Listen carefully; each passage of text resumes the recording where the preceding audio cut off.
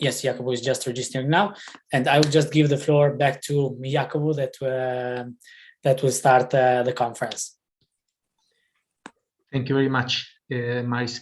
Indeed, yeah, if I may just add, this project started, just to add one last thing, the project started with research, field research that we implemented in cooperation of the two organizations. Then we are having these 3 roundtable sessions with expert guest speakers. And after today, as mentioned, we are at the 2nd session. And after that, we will publish an handbook with all the contents, all the quotes, and the material that we collected in this period. So hopefully it will sustain the project, and it will be useful in future for youth workers and for whoever will work side by side with refugees. So now we can have just a short round presentation of the people that are here with us. Beside that, as you know, now we are in live streaming. So some other will follow us from the YouTube. So I will ask if you can just mention before, I will keep our guest speakers as last, but not least. And but I would like to ask to each of you if you will just mention your name, where you are connected, briefly a presentation about yourself, so just to know who you are. So maybe Francesca, can you start, please? Yes. Hi everyone. It's really nice to be here. I took part in the other event. It was amazing. Yes, we just registered now, and I. So I'm from Italy, but at the moment I'm living in Ankara, and I'm a volunteer with System and Generation. I've been here 1 year, and hopefully I will be here more. Thank you. Thank you, Francesca. And we may proceed with Paul. Hello, I'm very glad to be here. It's my first session within the Netherlands events and also with the Sustainable Cooperation for Peace and Security. I'm Paul, and I'm based in Graz, Austria, so I'm listening in and watching from Austria. And I'm doing a PhD at my university in Graz, which deals with the environmental assessment of different processes. I'm very interested what the session today will come out. Thank you.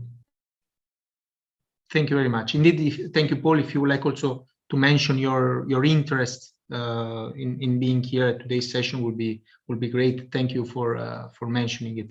Like if you are studying or if you are working with refugees, so what grab your attention, let's say. Thank you. Personally, yes, Paul, please. I just will add some short, but personally, my work is not really directly related to refugees or social studies, but I have a personal interest because I want to understand the things which are happening around us, and I believe it's a very important topic, and everybody of us personally is probably affected by it. Definitely. Thank you very much once again. And then let's proceed with Miziko. Sorry again if I also mispronounce your name. I'm really sorry. Hello again. I am Ziko from Georgia, 90 years old. I live in Ankara now. I am long-term or short-term volunteer here, and I am volunteer System and Generation. And this topic is so interesting for me, and thank you for this meeting. Thank you very much. And I would like to read from the chat. Also, Lucy, she wrote us that the microphone doesn't work, but she says she's from the UK, but currently living in Bologna, Italy. Thank you for being here. And then we can proceed with Ikram and Noemi.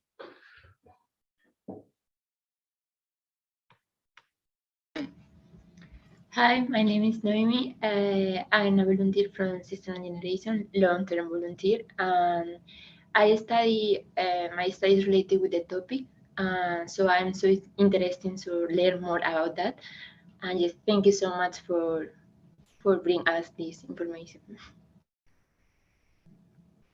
Hi everyone, my name is Ikram, and also I'm currently living in Ankara because I'm a long-term volunteer at the System and Generation here, and I'm very interested in the topic because I studied also migration and refugee policy, and also because of personal issues also. I come from a migrant family, so let's say that I lived firsthand this topic. Thank you very much. Thanks a lot. And we may proceed with the coordinator of system and generation, with Bura. Bura, if I may ask, could you mention also what are you doing with which kind of work or initiatives are you having with refugees? Hi everyone, it's Buran Aljo from Ankara System and Generation Association. I'm general coordinator of this association. I hope you hear my voice well because it's so noisy place right now about the electricity stuff. Firstly, we are doing actually a lot of things for the refugees in this field.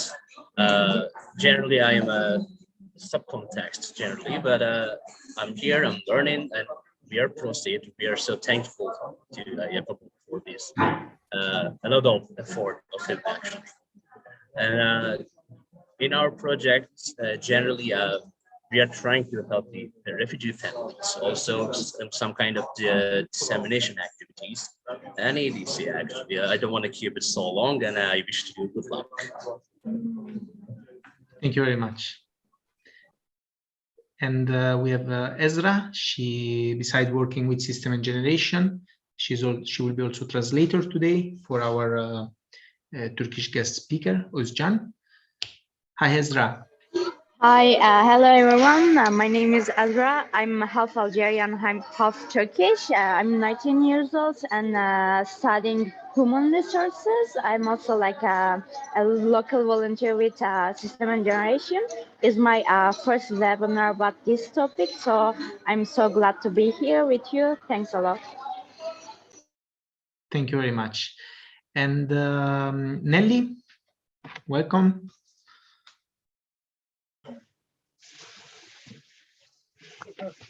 Hello. Oh, you are not just Nelly. Sorry, there is a trio. Okay. Okay. I'm Nelly, also from Italy, but now connecting from Ankara. I'm a volunteer with System and Generation.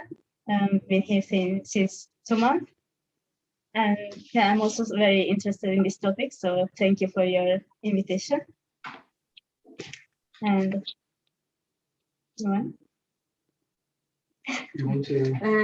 hi everyone, my name is Annalisa.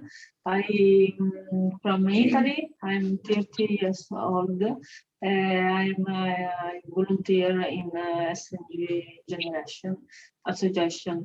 I got a degree in law, but I didn't study a lot about this topic, and I would like to know more.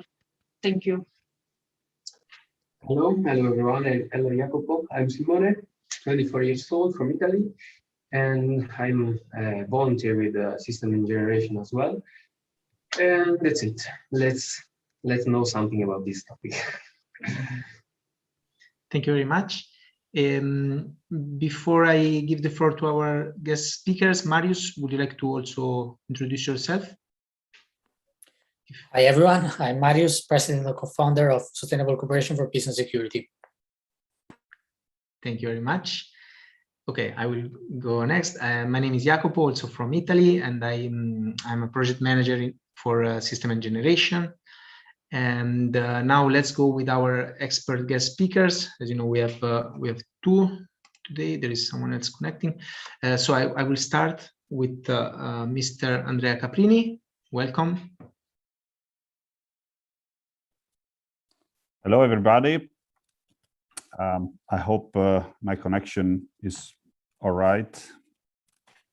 I need, first of all, to thank you. Shall I start, Jacopo? And if you could please, first introduce yourself. Okay, sorry.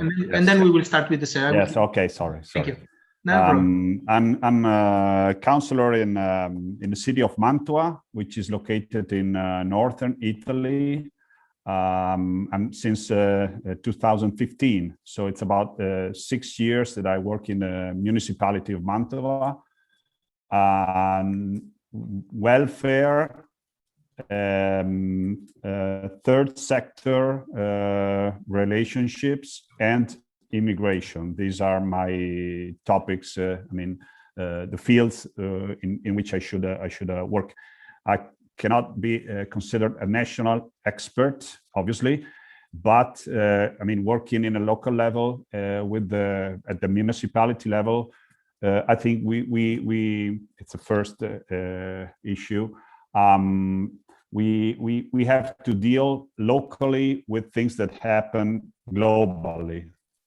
I think this is anyway a sort of understanding and comprehension of worldwide phenomenon, which then have consequences locally. So I think I really like to thank the organization, the Annalyn Foundation, and your organization, System Generation and Sustainable Cooperation, for the invitation. I'm very glad to be here today. And I'm about to turn 50 years old. So I'm also very, very pleased to see a lot of young people participating, a lot of young volunteers, and the network you're building across Europe. Very, very nice. Thank you for the invitation. The pleasure is all ours. Thank you very much, Mr. Caprini, for accepting. And indeed, today we would like to focus on local level. So it will be a pleasure to discover more at the local territory. And I would like to proceed with Mr. Özcan. And if you need help, Ezra is available for translation. Yeah, sure. Yes, Esra, I'm available. Senden biraz yardım isteyeceğim Esra. Ben Özcan Ülger, Uluslararası Göç Örgütü'nde çalışıyorum. Ezra?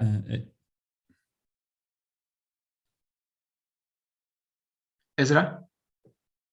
Maybe she cannot hear us. So sorry, there was a problem with connection. Said that he's working with International Migrant Office. Burada sosyal uyum faaliyetleri, göçmen toplulukla ev sahibi topluluk arasında sosyal uyum faaliyetleri yürütüyorum. He is coordinator some activities with migrants community and also local community in here. Özellikle de çocuklar üzerine çalışıyoruz. In generally, they are working about children. Aynı zamanda Birleşmiş Milletler ve Birleşmiş Milletler Mülteciler Yüksek Komiserliğine danışmanlık yapıyorum. And also, they are working with. Sorry about that. Also, they are working with United Nations and United Nations Migrant Office about migrants and children. Son olarak da Keçiören Belediyesi'nde Keçiören Göçmen Hizmetleri Merkezi'nde yürütülen sosyal uyum faaliyetlerinden de sorumluyum. Also, he is working in Keçiören City Hall, and he's doing some work about he's doing some work about refugees and migrants in Keçiören. Burada sivil toplumla beraber çalıştığım Göçler'i temsilen bulunuyor. And he is in here because of he is pretended to NGOs that he is working. Herkese teşekkürler, çok memnun oldum. He's saying thank you, and he is really happy to be here. Thank you very much. We thank you, Mr. Özcan, for accepting our invitation. So we may start. We were thinking to start with Italy, so with the cases of Mantua. I would leave the floor to Mr. Caprini. Okay, thank you very much again. Thanks for the invitation. I will try first to very briefly and very quickly sketch how the system works in Italy for integration and first for protection and then integration of refugees, because we do have a national system which engages, it is coordinated at a national level, but engages directly the municipalities. there's about 680 towns, municipalities all over Italy, which are involved in the national system for protection and integration of refugees.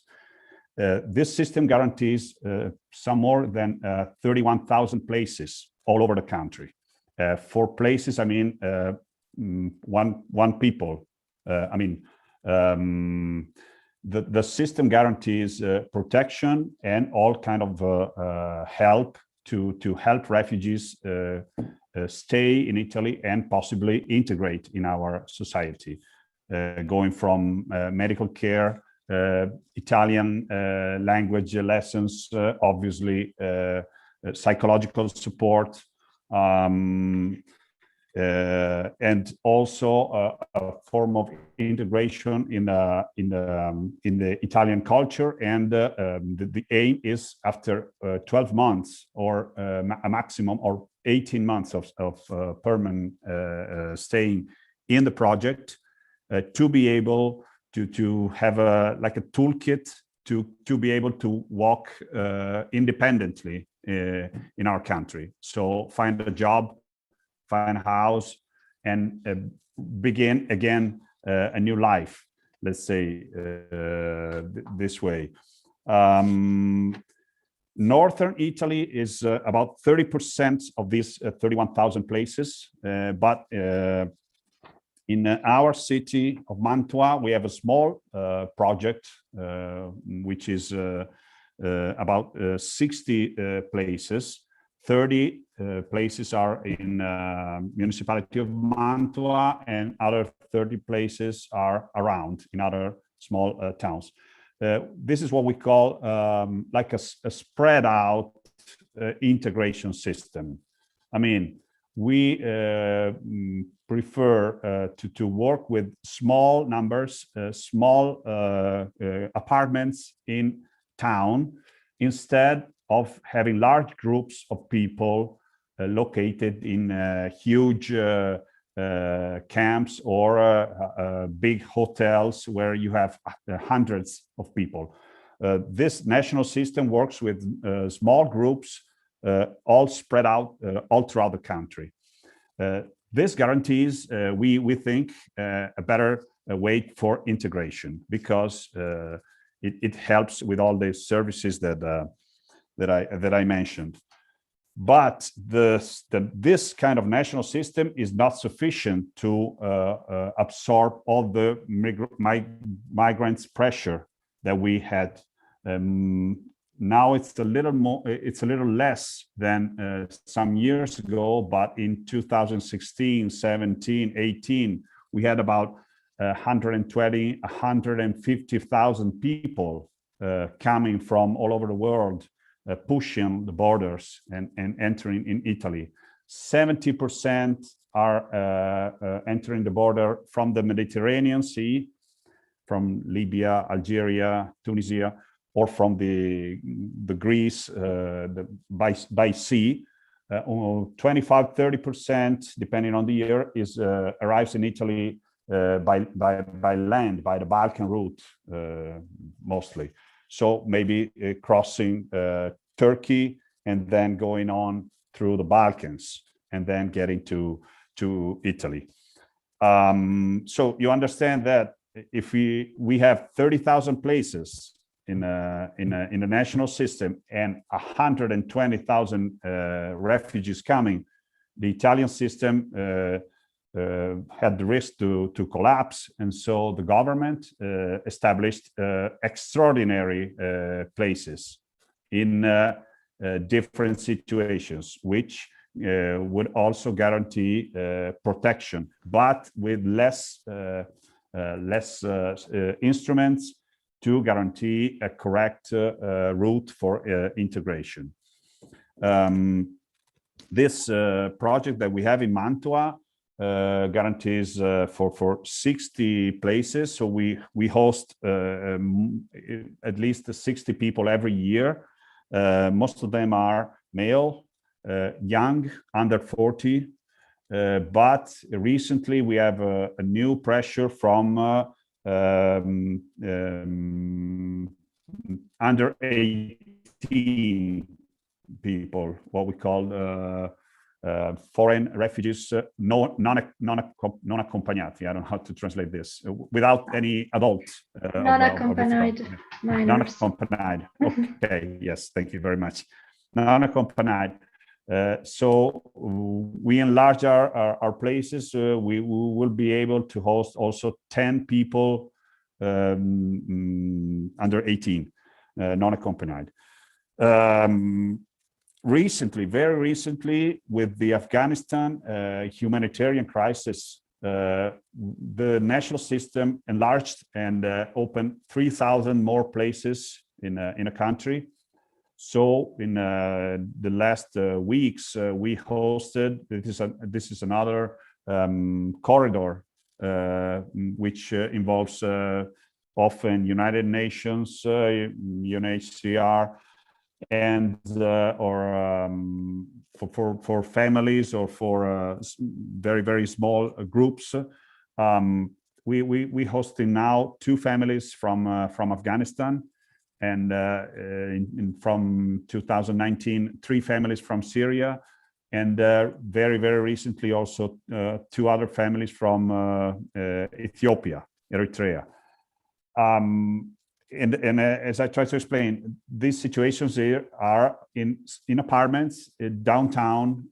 So this is the way that people can feel that other people are taking care of them, that they're not isolated. They learn Italian. The children go to school. They get education. They get medical care. And there's social services that take care of refugees. This cannot happen this well everywhere and every time, as I try to explain, because there's too many and too few, too little places. Too many people asking for asylum and too little places. But we're still believe that this, with small groups and very spread out and involving and engaging local communities, is a better way for working through integration.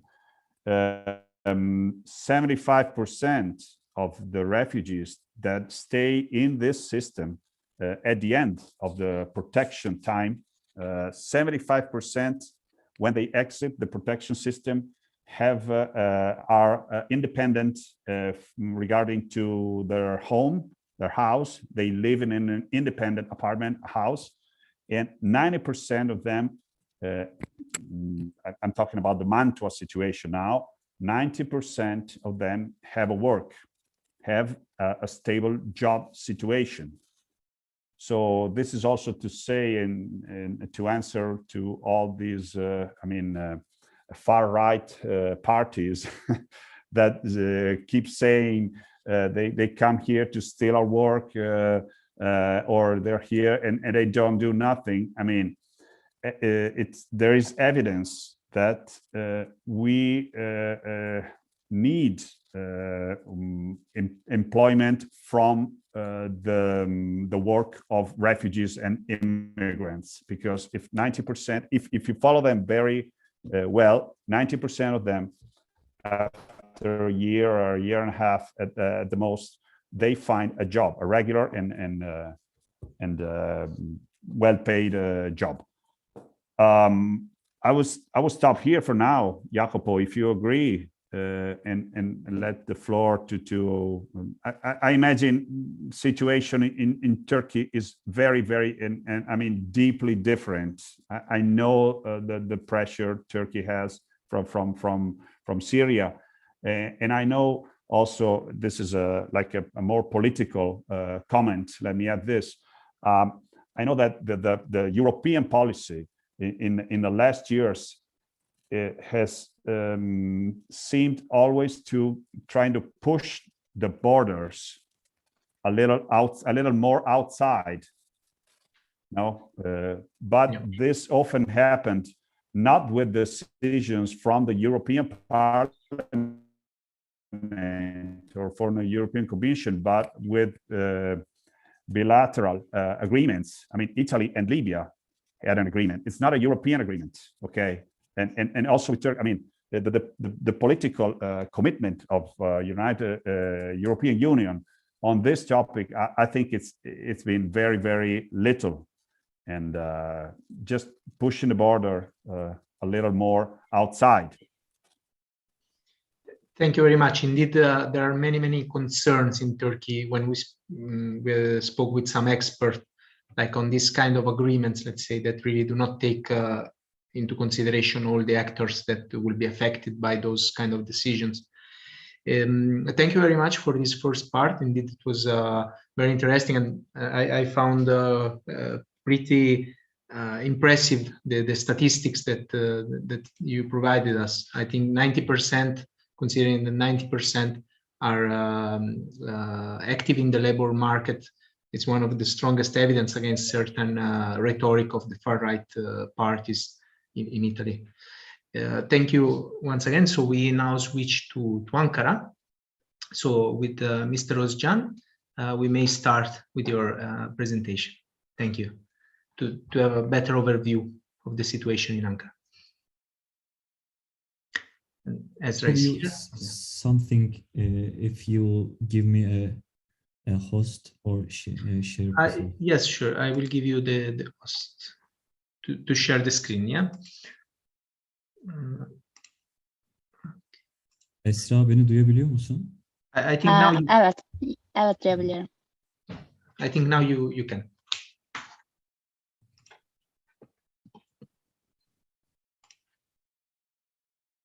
Görebiliyorlar mı acaba? Can you see the screen share? Yes. Okay. Şimdi 2017 UNHCR ve Birleşmiş Milletler verilerine göre dünyada 258 milyon, şu anda konuşulan rakamlara göre de 300 milyona yakın nüfus göç ediyor.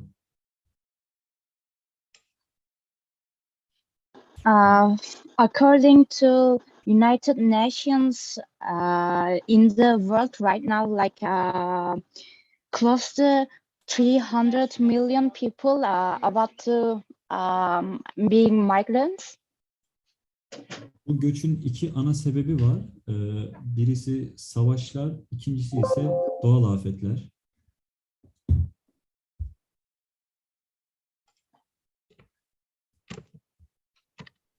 Esra. Ezra?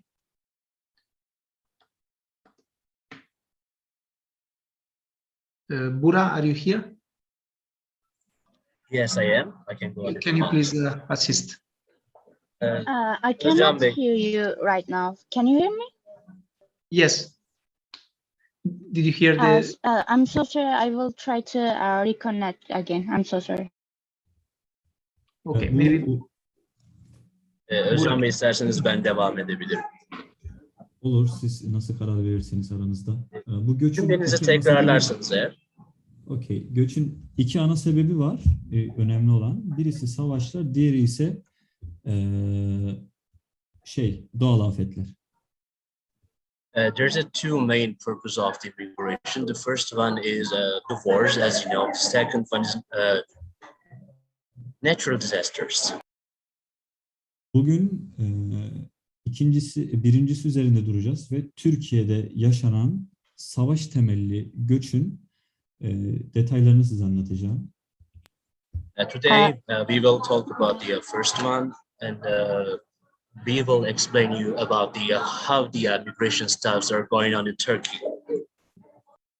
Ekranda gördüğünüz üzere Türkiye, Irak ve Suriye ile sınır komşusu.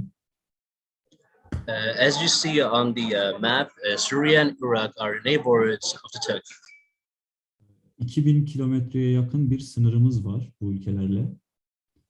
There is a 2000 kilometer borders with these two countries. Ve bu ülkelerin kuzeyindeki bölgelerle akrabalık ilişkimiz var.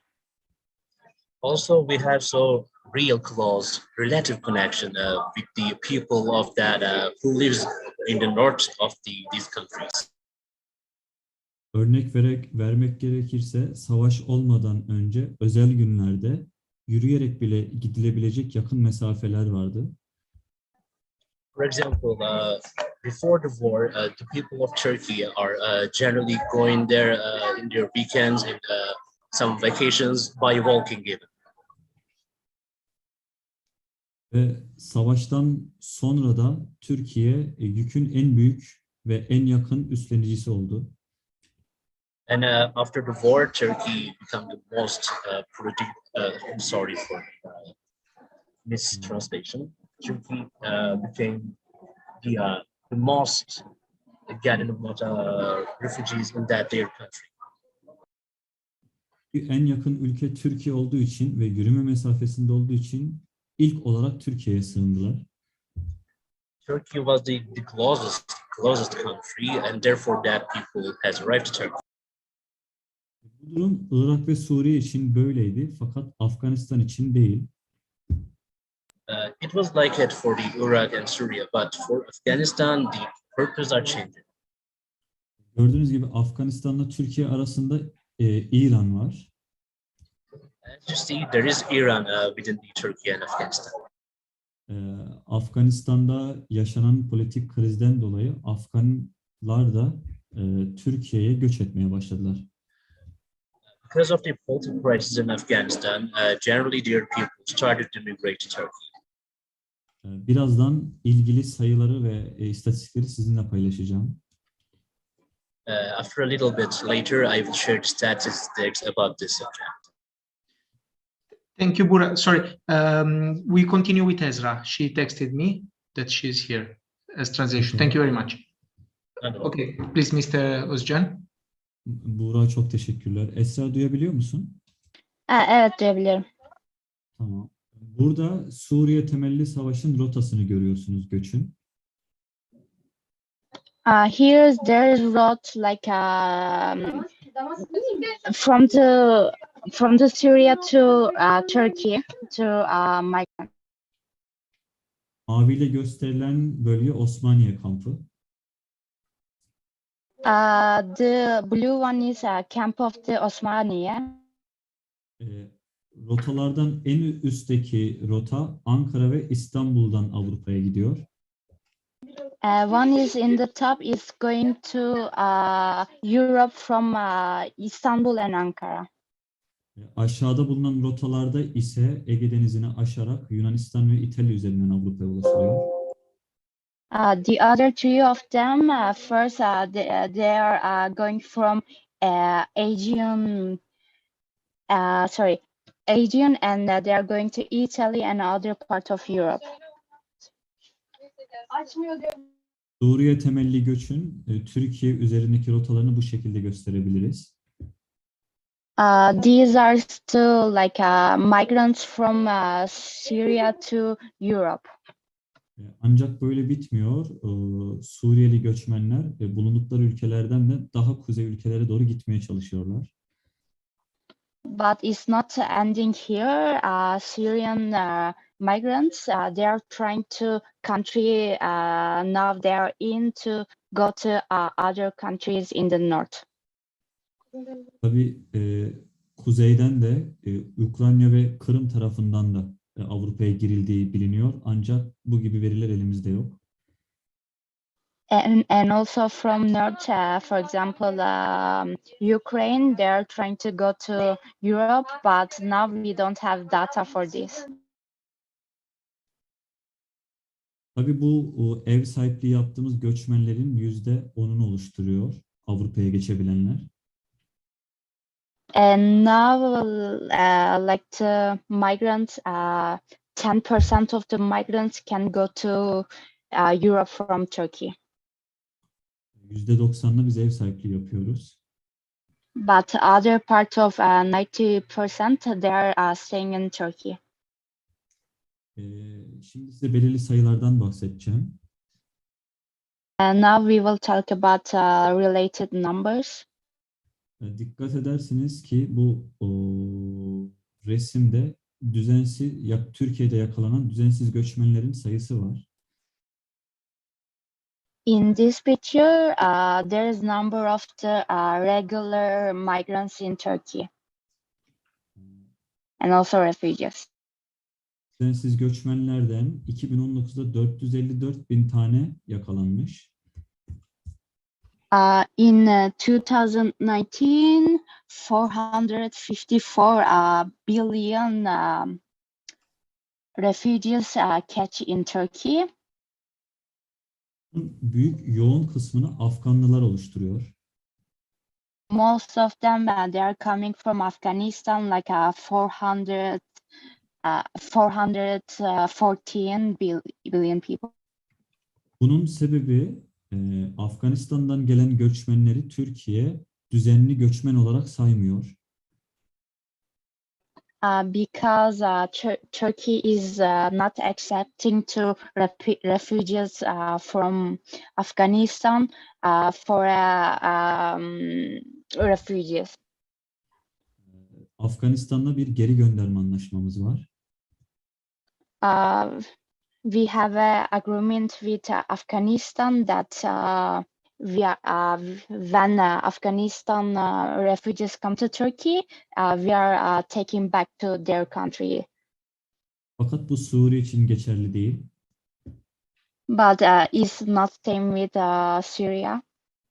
Suriye'den gelen göçmenleri uluslararası koruma altına alıyoruz. We are protecting to refugees from Syria. Türkiye'de bulunan göçmenlerle ilgili kamplarda ve Türkiye'de evlerde yaşayanlarla ilgili bir sayı paylaşacağım. There are some numbers about that living in Turkey, like migrants are living in Turkey, staying some camps or some houses. Türkiye'de göçmenlerin sadece 99 bini geçici barınma merkezlerinde kalıyor. Just 99,000 refugees are staying some center of the some center, but related center for refugees.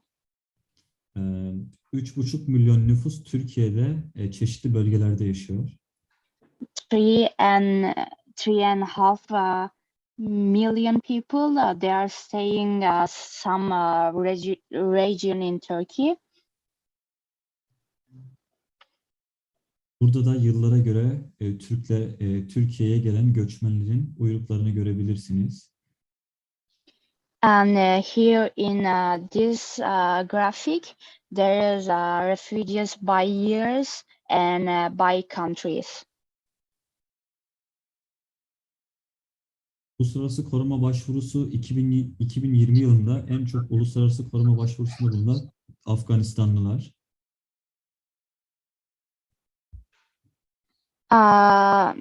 Wait a second. Application for international. This graphic is related with application for international protection, and most of the Afghanistan people, their application for that. Dikkat edersiniz ki Türkiye'den çok Suriyeli mülteci olmasına rağmen uluslararası korumaya başvuran en çok Afganlılar. But as you see in Turkey, there's a lot of refugees from Syria, but about to this graphic, just like refugees from Afghanistan, they are applied for international protection. Afganistan'dan gelen uluslararası koruma başvuruları Türkiye'de kabul edilmiyor.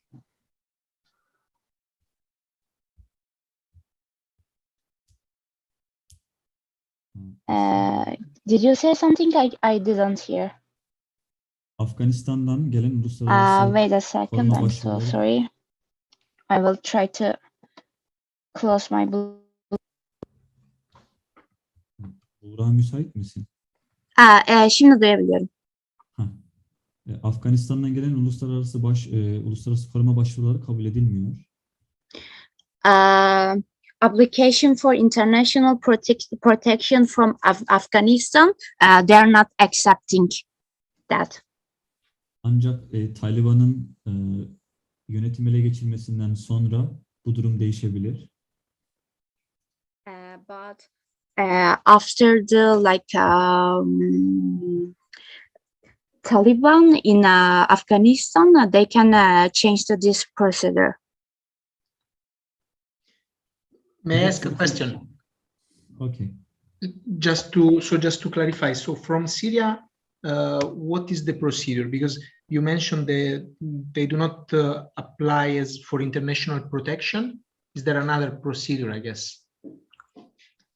Afganistan için uluslararası koruma geçerli değil. Ancak Suriye'de savaş olduğu için savaş uluslararası koruma prosedürünün işletilmesine olanak sağlıyor. Onu sormadı sanırım. Sordu. Hani Afganistan'dakiler başvuruyor ya, Suriyeliler niye başvurmuyor? Suriyeliler için başka bir prosedür var mı diye soruyor. Dediğim gibi orada savaş var. Suriye'de savaş olduğu için bu prosedürü işletebiliyoruz. Because there's war in Syria, because of the war, we can continue with this procedure. Fakat Afganistan'da merkezi hükümet var. But there is a government in Afghanistan, so we cannot accept them. Ancak Taliban'ın ülke yönetimine gelmesi bu durumu değiştirebilir. But if Taliban will be government, this procedure can be changed. Thank you. Türkiye'de bulunan, burayı ilerletelim. Şimdi Ankara'ya geçeceğiz. Burası Türkiye'nin başkenti. Now this map is related with Ankara, is capital of the Turkey. Bu infografikte koyu renkli olanlar göçmenlerin en yoğun yaşadığı bölgeler, yeşiller ise göçmenlerin en az yaşadığı yerler. In this graphic, with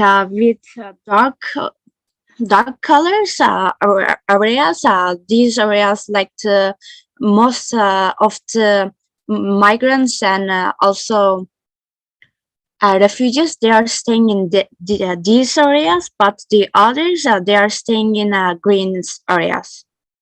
So more populated, the red ones. Yeah. Okay. Yeah. Dikkat ederseniz Altındağ bölgesi en yoğun yaşanılan bölge. You can see from graphic, most of them they are living in Altındağ area. Hatta o bölgeye Küçük Halep de deniliyor.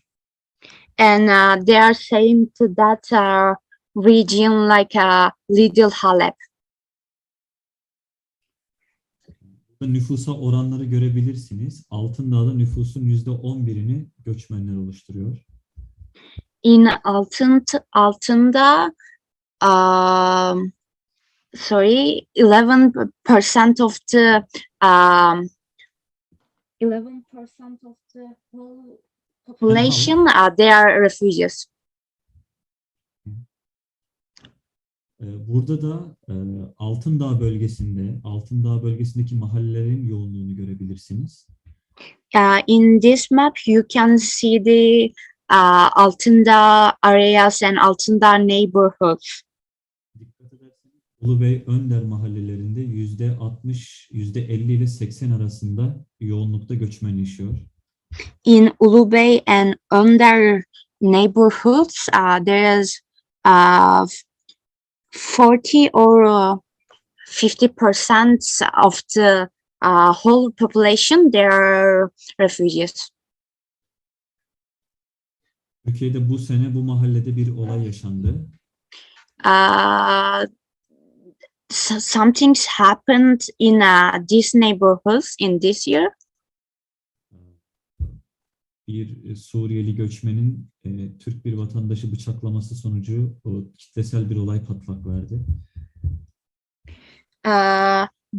One Syrian refugee stopped Turkish people, and after that, a national disease is coming up. Bu Türkiye'de literatüre geçen ilk kitlesel olaydı. This is the first massive event in the literature. Mahalleden bir görüntü görebilirsiniz. Dükkanların isimleri hep Arapçadır. There's a picture from this neighborhood. Most of the shopping store has Arabic names. Çünkü bu mahalledeki her iki evden biri göçmen. Because of that, all of the houses in neighborhoods, we can count two houses in neighborhood, but one of them they're refugees. Bu yüzden bu mahalleye Küçük Halep deniliyor. That's why they are calling this neighborhood Small Halep. Gerçekten Halep'e gitmiş hissini duyabilirsiniz. You can feel in this neighborhood like you are in Halep. Bu infografikte Türkiye'de işletme açan göçmenlerin grafiğidir. This graphic is the refugees has business in Turkey. Dikkat ederseniz sınır bölgelerinde daha çok işletme var. As you see in the boundary, there is more business. İstanbul ve Ankara'da da büyük şehirlerde de işletmelerin daha yoğun olduğunu görebilirsiniz. And also in the big cities like Istanbul and Ankara, you can see there are more business in there. Bu Türkiye'de az önce gösterdiğimiz Önder Mahallesi'nde çalışan işçiler. These are the workers living in Önder Mahallesi, Önder neighborhood. Mahallenin girişinde sabahları böyle çalışmak için bekliyorlar. In the entrance of a neighborhood, they are waiting in the morning for working. Kimi zaman binlerce kişinin beklediğini görebiliyoruz. Sometimes you can see people waiting sometimes you can see there when 1,000 people waiting. Merkezden uzak bölgelerde ise çiftçilik ve çobanlık yapıyorlar. In the region of the far from center, they are working as a farmer or shepherd. Size kısaca Türkiye'deki göçmenlerin rotasından bahsetmek istedim. In this slide, I just wanted to talk you about refugees in refugees rota in Turkey. Ve Ankara özelinde ne yaptıklarını, ne kadar mülteci bulunduğundan bahsetmek istedim. And also I wanted to tell you what are they doing in Ankara. Çok genel bir sunum oldu. Daha detay sorularınız olursa cevaplamak isterim. It was a general presentation, but if you guys would like to ask something, I'm happy to answer. Thank you very much. Thank you. I would like to ask something, but I don't know. Let's leave first to our youth. Do you have any question? May I, Jacopo? Of course, of course. I have like one simple question, let's say, but okay. Why the refugees are mainly in Altındağ? Neden genelde Altındağ'da yaşıyorlar? Bunun öncelikli sebebi size Not in other areas of Ankara. Size Altındağ'dan bahsetmek isterim.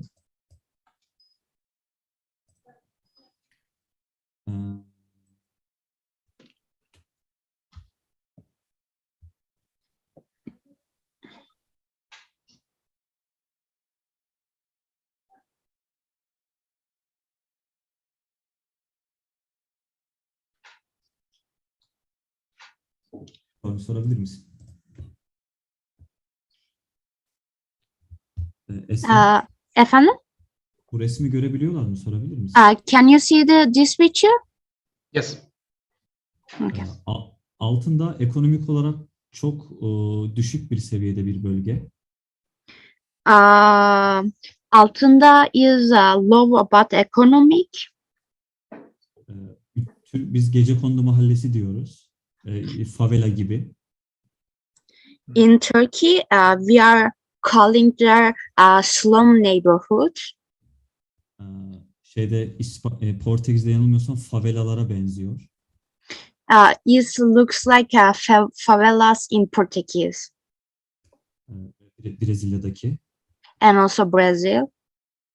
Ekonomisi çok düşük olduğu için göçmenler ilk buraya geldiler, yerleştiler. Migrants and also refugees came there first because of the low economic stuffs. Kiralar ucuzdu ve buradaki topluma entegre olmaları daha kolaydı. Rents are cheaper than other areas, and it was easy to communicate with local people in Altındağ. Bu bölgede de Türkiye'deki iç göçten dolayı göç eden nüfus buraya geliyor. And also, sorry about that. Just a second. People doing internal migrant, like from south of Turkey, they are also coming to that area from their cities.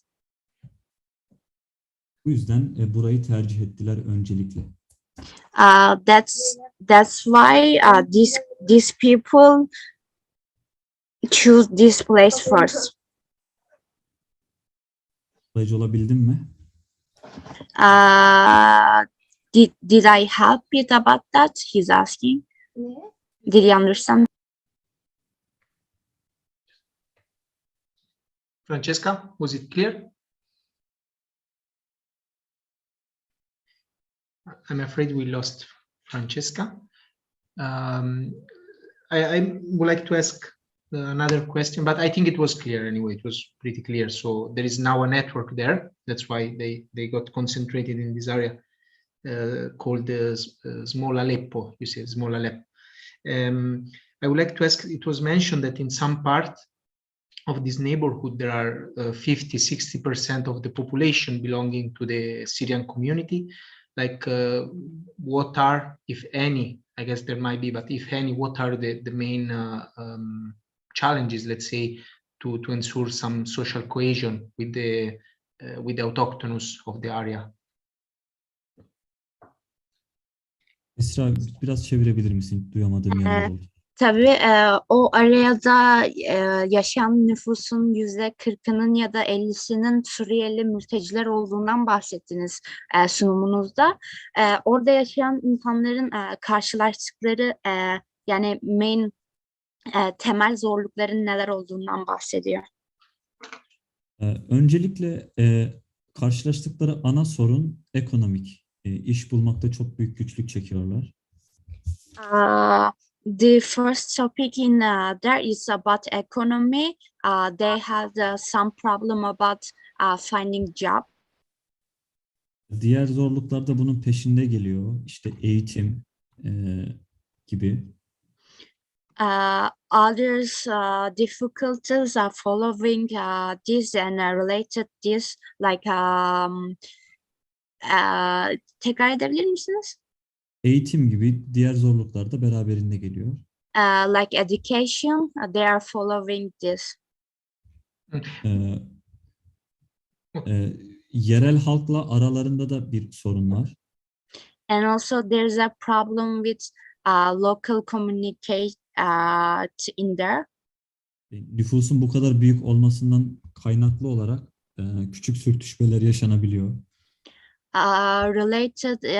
Related about the crowded population in there, sometimes there can be like little fights. Sunumumda da bahsettiğim gibi o bölgede Türkiye'deki göçteki en büyük kitlesel olay yaşandı. As I told in my presentation, most big issues is happening in there in Altındağ. O olaylardan birkaç görüntü göstermek istiyorum, rahatsız olmazsanız. And also, if you want to see, I would like to show you guys some pictures about these issues.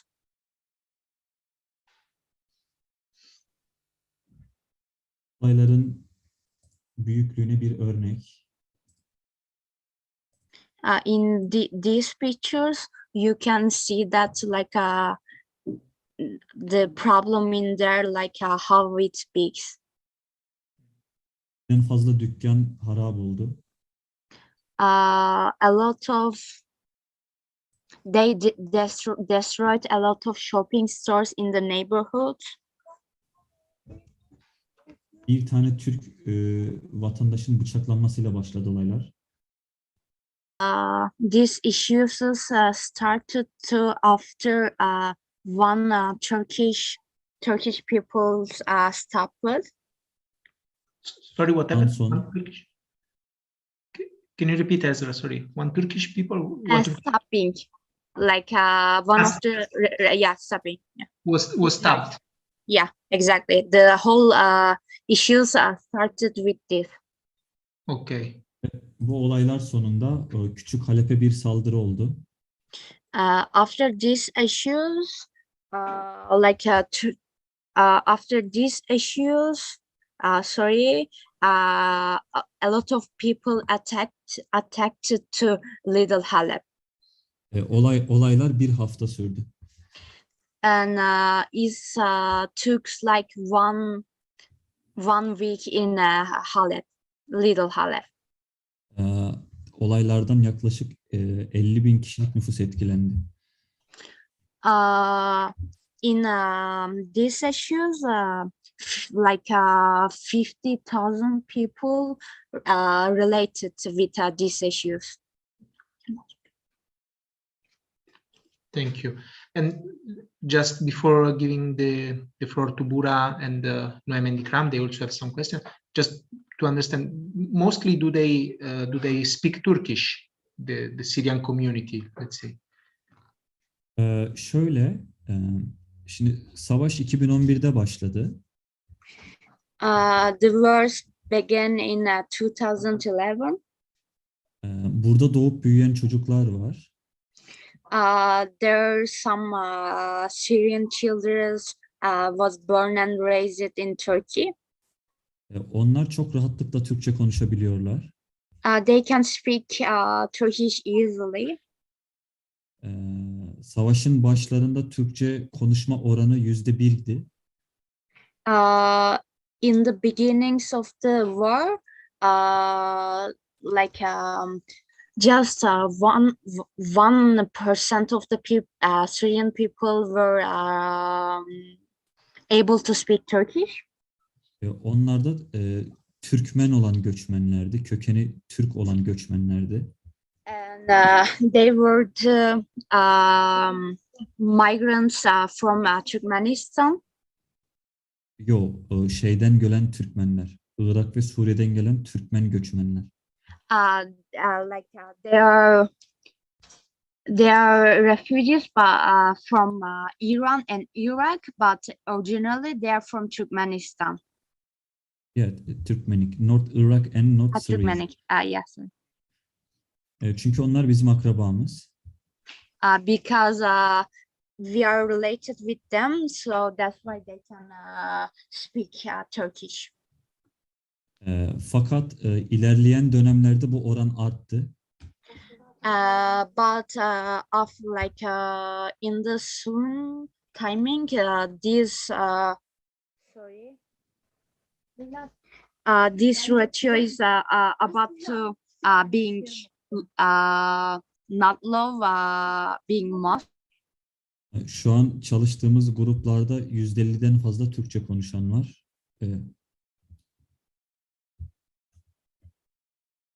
And now the communication population that we work in, like 50 or 60% of them can speak Turkish. Okay, because I guess it's one of the main features to integrate, to be fully included in the civil society. Okay, let's give the floor to Bura. I guess he has a question. Özcan Bey, öncelikle bu sunumunuz için çok teşekkürler. Esra'cığım, umarım sen çevirirsin. Esra, do you hear me well? Yes, first of all, he's saying thanks to Mr. Özcan for this presentation. Ben birazcık konu dışı bir soru sormak istiyorum. Bu göç konusunda AB politikaları diğer ülkeleri rahatlatmak adına nasıl şekillenmeli sizce? Teşekkürler. Çevirecek misin Esra? Soruyu anlaşılabilmesi için. Bir saniye. He is asking that how should European Union policies be shaped in this time? Bir kere şunu anlamak gerekiyor. First, we need to understood this. Türkiye kayıtlı 3.7 milyon Suriyeli göçmen. And now, tekrar edebilir misiniz? Türkiye şu an 3.7 milyon kayıtlı Suriyeli göçmen. In Turkey, there is 3.7 million registered refugees, migrants. 4.2 milyon kayıt 4.2 milyon kayıt dışıyla beraber Suriyeli göçmen olduğu tahmin ediliyor. And 4.2 million indifferent refugees. Efendim? 4.2 milyon tahmini kayıt dışılarla beraber Suriyeli göçmen olduğu tahmin ediliyor. Estimated with 4.2 million with unregistered refugees. Bunlar sadece Suriyeli. These are just Syrian refugees. Türkiye, Irak, İran ve Afganistan'da göç alıyor. Turkey is taking migration from Iraq, Iran, and also Afghanistan. Bunun yanında da Afrika'dan da hala göç almaya devam ediyor. And also there is a migration from Africa. Bu kadar büyük bir nüfusu düşündüğümüzde when we think about big population like that, ekonomik olarak Türkiye çok büyük bir yükü kaldırıyor. Turkey is very big under lot about economy. Örnek vermek gerekirse if we need to give an example, hastanelerde, okullarda, adliyelerde, yargıda, her yerde bu nüfusun sosyal hizmet gitmesi gerekiyor. In hospitals, schools and court houses, they need some,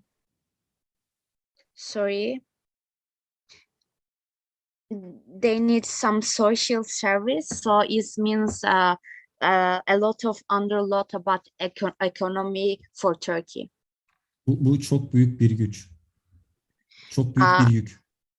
This is a big lot for Turkey. Bu yükü almak istemeyen ülkelerle, örnek vermek gerekirse Avrupa'yla, with countries with with the countries like don't want to take this lot, for example, Europe. Bir anlaşma yapmamız lazım. We need to make an agreement. Eğer bu yük Türkiye'de kalacaksa, if this lot will stay in Turkey, Avrupa ekonomik olarak destek sağlamalı. Europe needs to support Turkey about economically. Örnek vermek gerekirse Estonya 80 sığınmacı kabul edeceğini söyledi. For example, Estonia said that they will accept 80 refugees. Bu çok komik bir rakam. It's a ridiculous number. Yunanistan'ı ve İtalya'yı düşününce, when we think Georgia and Italy, onlar da Türkiye'ye kadar büyük bir yükü üstleniyorlar. they are also taking a lot like Turkey. Çünkü Ege Denizi'nden ilk geçilebilen ülke Yunanistan. Because from Aegean Sea, they can go first Italy and Georgia. Bu yüzden Avrupa'ya yeteri kadar ekonomik olarak destek sağlamadığını düşünüyoruz. That's why we are thinking that Europe not support Turkey like enough.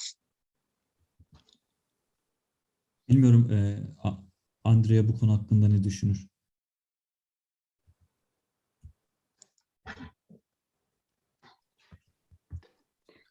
He is asking that what is Andrea thinking about that? So we may give the floor back to Andrea to reply to this. I'm speaking with Noemi. If it's possible to skip the question, I'm really sorry, we're a bit short on time.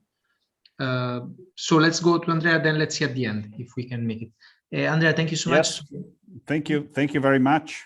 I think let me say, what you mentioned, the situation in Turkey and what Turkey is doing about the Syrian crisis. I think this is makes really evident, should make really evident for all of us what the United Nations are saying for years. I mean, migrations tend to be a worldwide phenomenon, but what we see in Italy is the top of the iceberg. I mean, displacement of people, of millions of people, go to the neighbor country. And what we see in Italy is the top of the iceberg. I mean, in 3 years, the recent flux in the past 4 or 5 years, 2016, 17, and 18, was about less than 500,000 people that reached Italy from the Mediterranean and from the Balkan route. 80% of refugees that are in the national protection system come from Africa in Italy.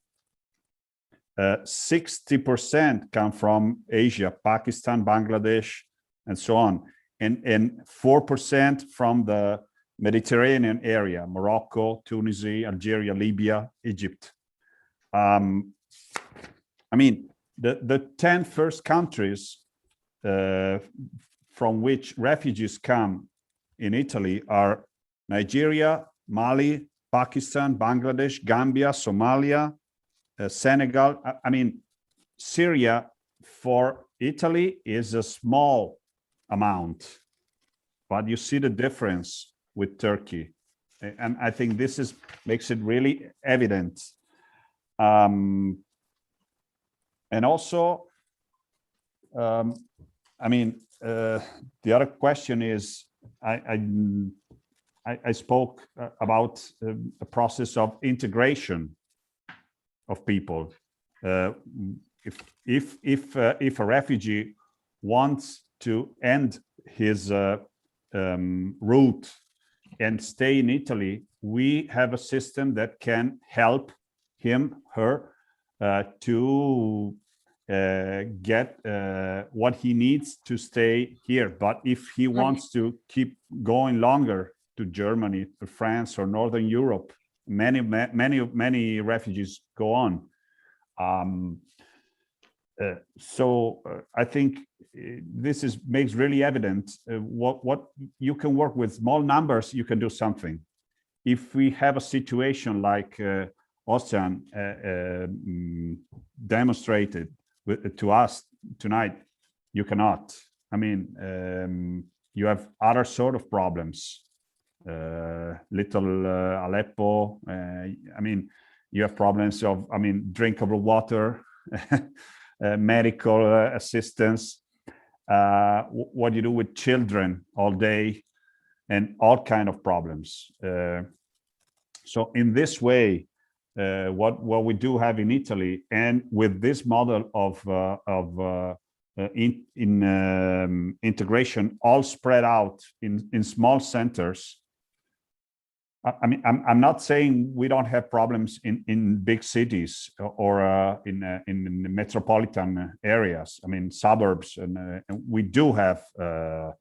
But I think that the dimension of the problems are very, very different. And I think this was a very, very clear and very, very interesting tonight, this evening.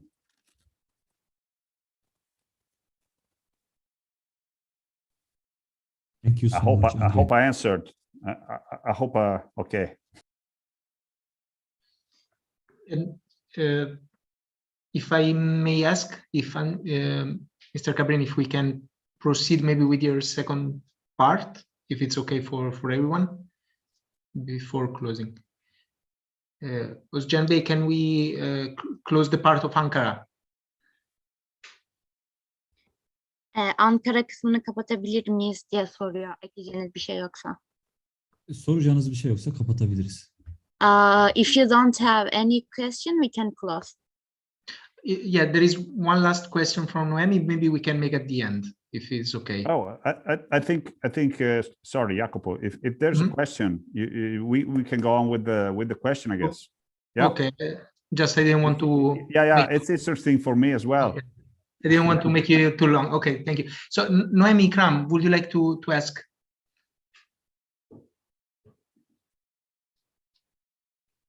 Noemi, can you? If not, I know the question. I can make it. Noemi, can you hear us? Yeah. Okay, we cannot hear you very well. Try again, please.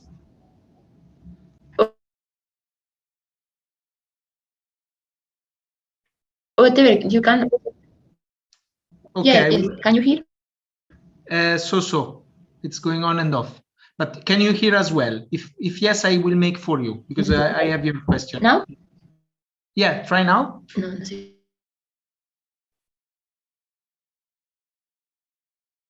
Okay, I will make for you. She just sent me 5 minutes ago. Noemi, I will make for you. So from Noemi and Ikram?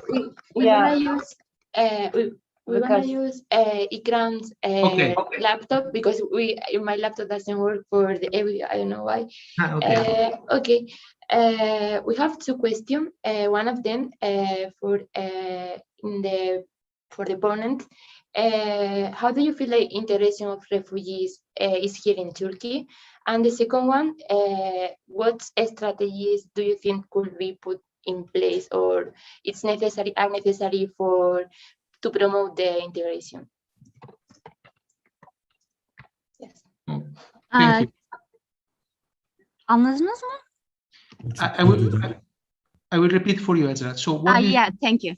What do you think about the integration in Turkey? And which kind of strategies can we put into place to promote it more? Türkiye'deki entegrasyon hakkında ne düşünüyorsunuz? Ve bunu daha ileri bir seviyeye taşımak için neler yapılabilir? Savaş 2011'de başladı. The war is began in 2011. Şu an 2021'deyiz. Now we are in 2021. Toplum tarihi için 10 yıllık süreç çok kısadır. For the population history, for the population history process for 10 years is too short. Türkiye şu an göçün ilk etkilerini kaldırabildi. Now Turkey can handle with just first effect of the migration. Sadece okullara yerleştirebildik öğrencileri ve onlara kalacak yer verebildik. Now we just put students to school and we gave them some place for living, staying. En basit sağlık hizmetleri verebildik. And we gave them some basic health, some basic health cares. İleride bu durumun daha iyi bir seviyeye gelebilmesi için in the future for the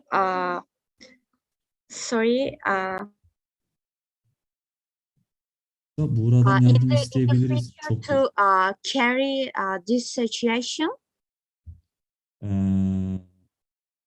Esra, eğer çok şeyse, yorulduysan Buğra'dan yardım isteyebilirsin.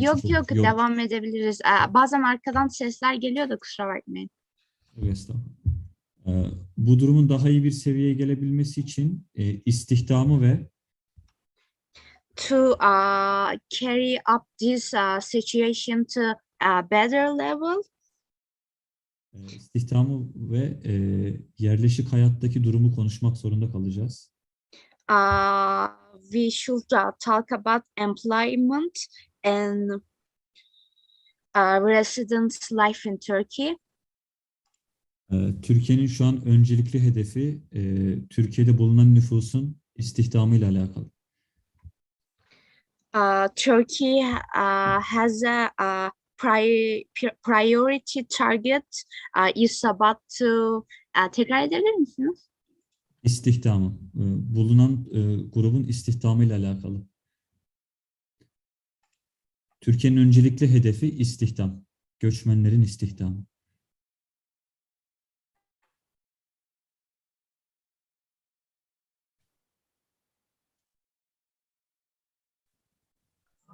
I think there's about the disconnection. If you want, I can take the lead.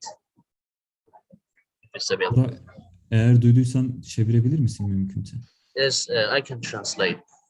Turkey's first priority target is making all refugees integrate into the labor force in Turkey and supply them actually standard life in Turkey. Devam edebiliriz. Çünkü eğer çalışmazlar ise altındağ gibi olaylar daha sık yaşanacak. Because if they don't work in this country and if they don't create their life, probably the kind of events and issues in Altındağ will be happen more. Okula yerleştirme ve sağlık hizmetlerinde başarılıyız. Actually, we are successful about integrate them into school life and health way, security service actually. Ancak istihdamda biraz daha çalışmamız gerekiyor. But we need to work on a lot of time, more and more about making them integrate into a labor force. Durum budur. This is all station.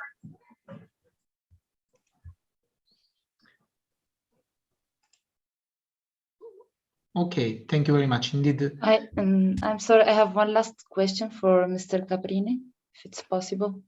Sure, please. It's about I know that in Wednesday, 27 persons died when they tried to cross from France to England. So the Prime Minister Boris Johnson asked Macron, the President of France, to sign a readmission agreement to readmit the migrant that arrived to England from France. And Macron gets so angry and he said that it's not a possible solution, while France has a lot of readmission agreements with a lot of African countries.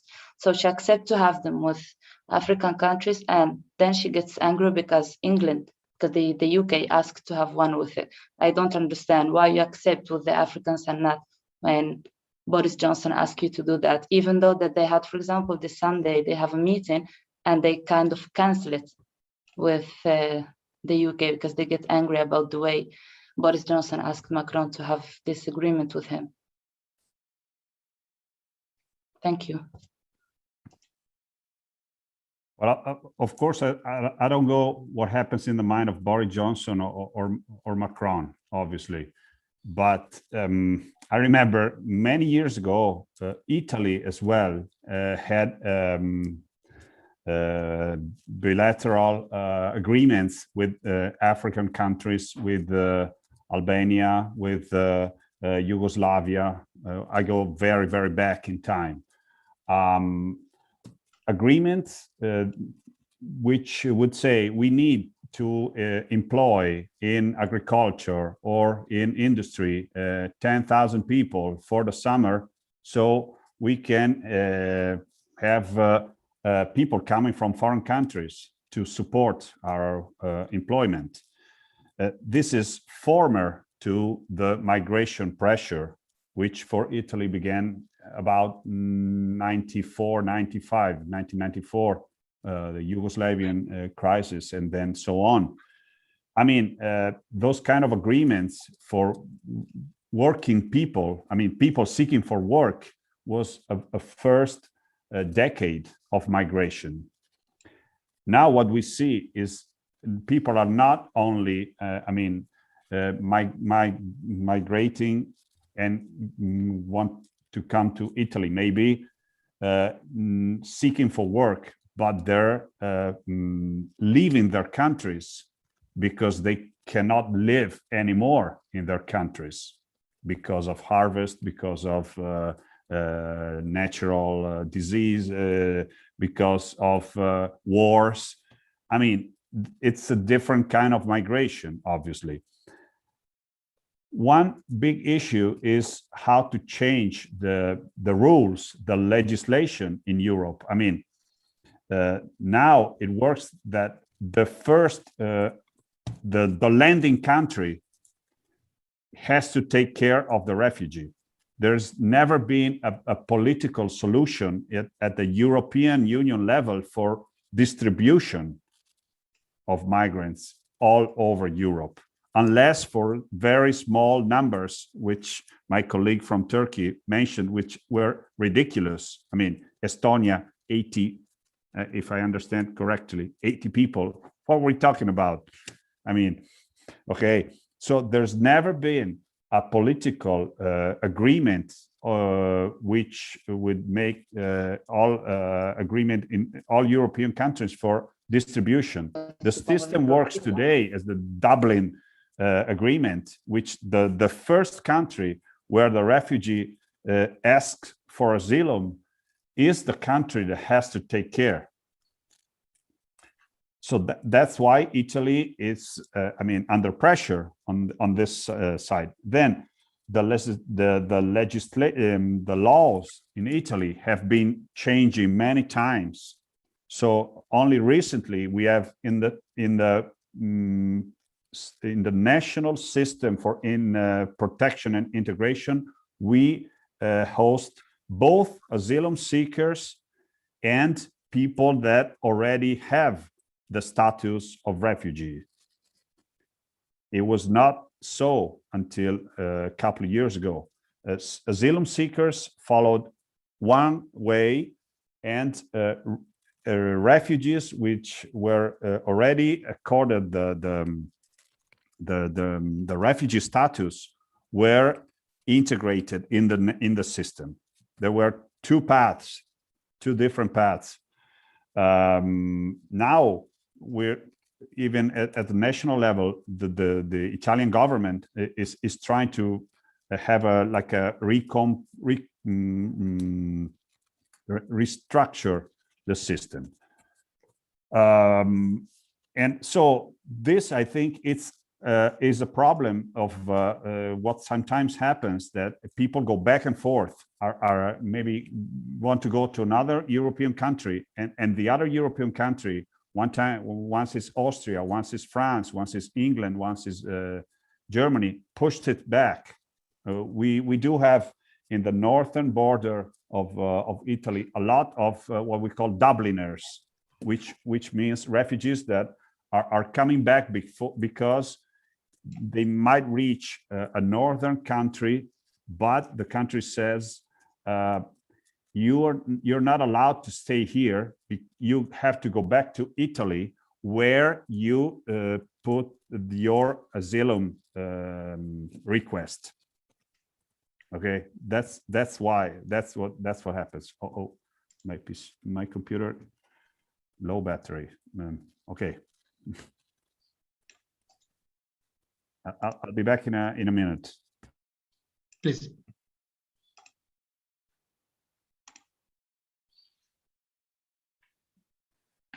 Jacopo, we can also try to wrap it up and not make it any longer, because I asked Andrea 1 hour and 15, and he's already like taking half an hour more, you know. Yeah, I know. They have other duties as well. Yeah. If he may wrap up the presentation, and we are done. I know we are taking a bit more time. Yes. Okay. But he's still here, so I think it's fine. Okay.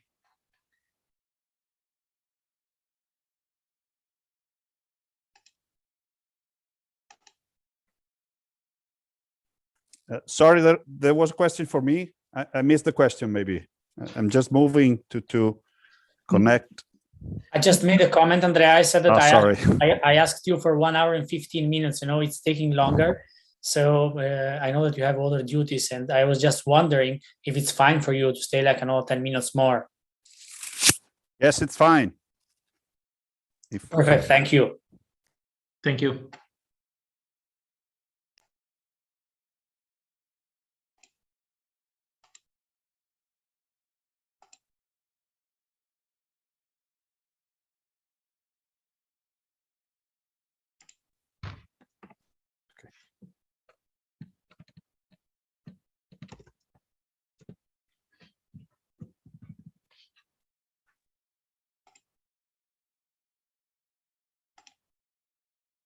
Yeah, I see another question in the chat from Ikram. Yes, it's correct. I mean, what happens is that even if you have a law or an agreement, sometimes you disattend it. Yeah, you don't respect it. I mean, this is not what happens at the local level. I mean, we only see the consequences, you know, as I started in my thoughts. We try to deal with the small numbers, and we try to do our best with small numbers. What happens at a, I mean, I have a very local perspective.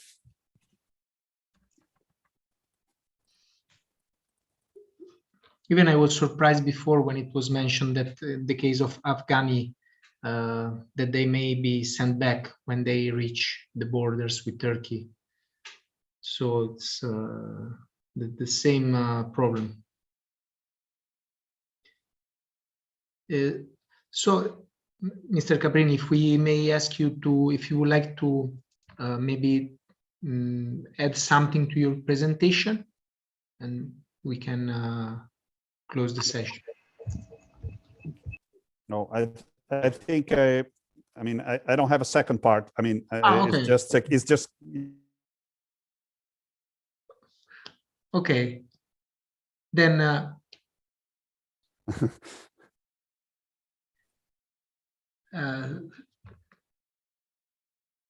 Marius? I'm not sure if Andrea is still talking because yeah. Okay. So I think he's having some okay.